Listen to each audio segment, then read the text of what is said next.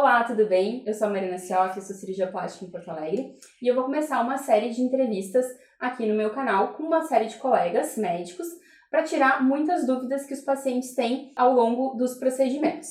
Então, hoje nós vamos começar com o pré-operatório.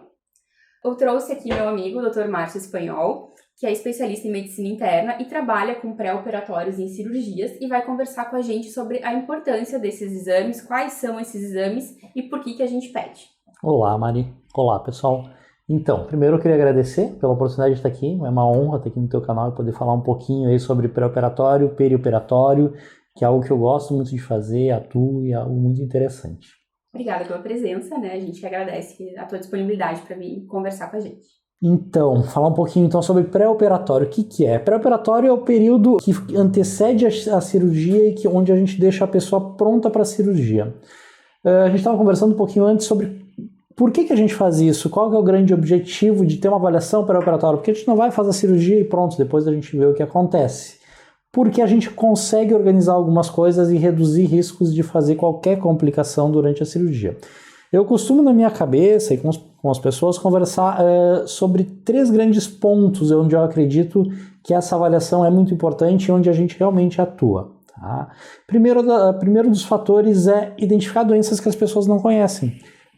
Por exemplo, você tem alguma doença, você não sabe, ou é uma doença que não está te dando sintoma, mas vai, durante esse teu período de cirurgia, por algum motivo, ou essa doença vai surgir com mais sintomas e tu vai estar sentindo alguma coisa, ou vai, durante esse período, complicar a tua recuperação da cirurgia. Sim. Por exemplo, aqui falando com coisas comuns, assim, pessoas que têm diabetes não diagnosticado. Isso não é nada incomum. Pessoas que têm uma glicose um pouco alterada e aí não sabem, simplesmente não fizeram exames recentes nos últimos anos. E aí, uma diabetes não compensada, a gente sabe muito bem que no pós-operatório acaba retardando a tua recuperação, cirurgia plástica acaba retrasando muito cicatrização, e é um problema muito comum, exatamente. Tá? Então, esse é um dos grandes pontos. Eu estou falando de uma coisa mais simples, às vezes a gente pega coisas mais complexas, pessoas que têm problemas de coração e por aí vai. Outro ponto, a gente pegar pessoas que já têm doenças diagnosticadas, entender como é que essas doenças estão, tá? Se elas estão bem controladas e se elas vão alterar isso, exatamente. E como essas doenças vão interagir nesse período de cirurgia, tá? Porque a cirurgia ela é um estresse para o organismo. Então, é uma tendência que a doença possa descompensar durante esse período. Além disso, também, como é que a gente vai fazer com as medicações? Medicações, às vezes, também interferem. Eu estou usando anticoagulante, uso aspirina, uso anti-inflamatório. Tudo isso interage nesse período de cirurgia. No transoperatório. Exato. Então, a gente está muitas vezes olhando para o depois da cirurgia. A gente está reduzindo depois. Às vezes não é nem aquele momento da cirurgia em si, mas aquele teu depois da cirurgia. O que a gente quer numa cirurgia? A gente quer fazer esse procedimento que não aconteça nada de anormal, só seja relacionado àquilo que a gente está fazendo. E aí, depois da cirurgia, a pessoa recupere o mais rápido possível e volte para a sua vida normal, aí no que ela já fazia tradicionalmente e resolvido o problema que ela estava procurando resolver com esse procedimento cirúrgico, né? Sim. E o outro fator que a gente costuma ver numa avaliação pré-cirúrgica, pré-operatória, é quantificar riscos, né? Tem pessoas que têm doenças mais graves, então a gente já está com essa doença muito bem tratada, por exemplo, a pessoa tem um infarto, já tem alguma coisa no coração prévia, por exemplo. Estou dando exemplo de coração, mas às vezes é pulmão, a pessoa fumou muito tempo e já tem uma doença pulmonar grave. Né? Exato. E aí já está com essa doença muito bem tratada, né? E essa doença vai resultar num risco para a cirurgia, né?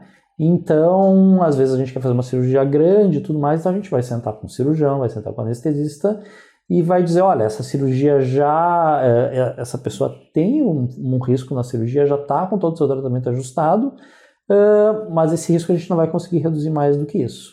Então a gente vai ter que pensar, bom, existe alguma opção com um risco menor de cirurgia, por exemplo, de anestesia com risco menor? Então, tem um tempo menor de procedimento.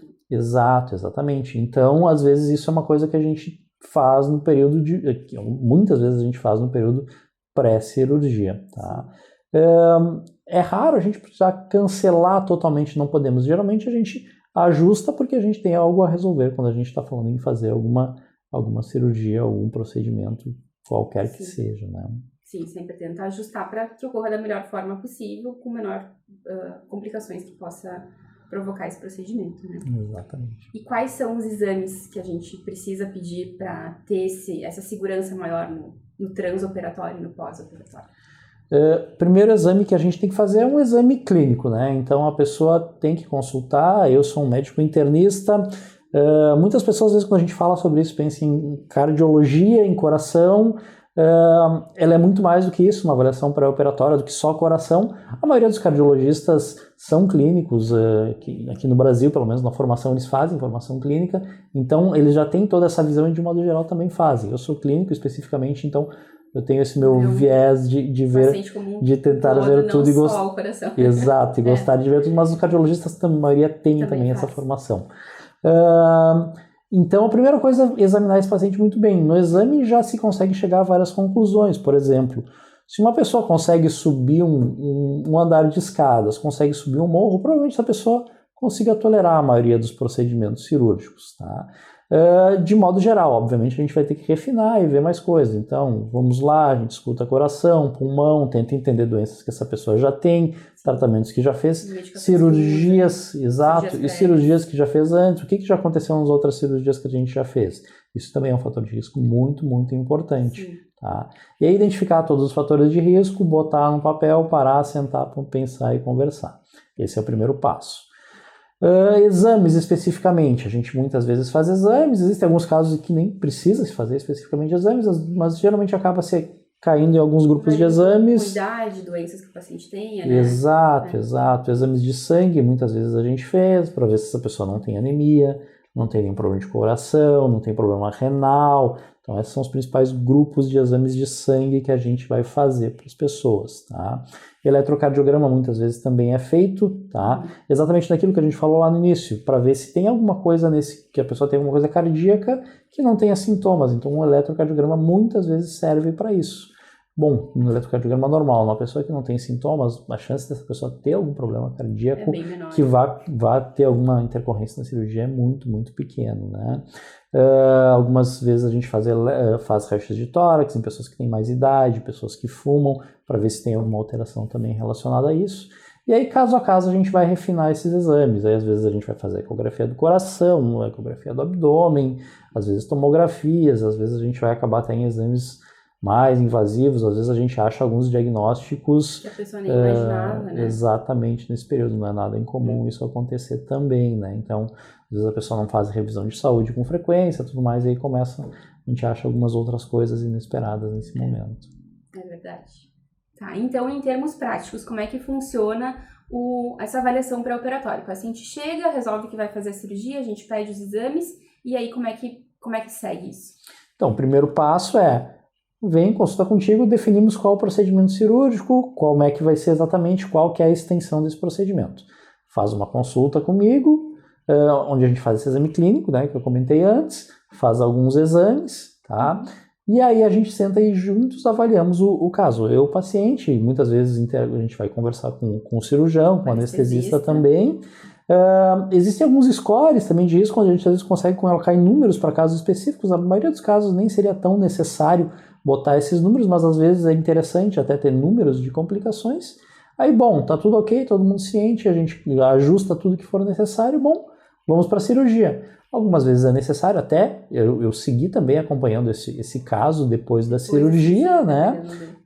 Às vezes não só durante a hospitalização, às vezes depois de hospitalização para ver outras coisas, ajustar de novo medicação e tudo mais, anticoagulantes.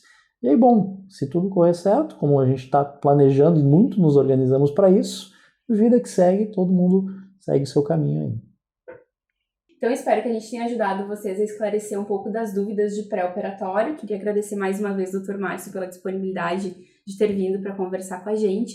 E se você tiver mais alguma dúvida, mais alguma coisa que ainda não ficou claro, pode mandar as perguntas aqui nos comentários e a gente pode conversar novamente também para resolver essas dúvidas que possam ter ficado. Então tá, Mari, muito obrigado. Fico à disposição. Qualquer outra coisa que tu precisar, sempre estou só entrar em contato, Quem estiver vendo também, quiser entrar em contato comigo, fiquem à vontade. Um grande abraço.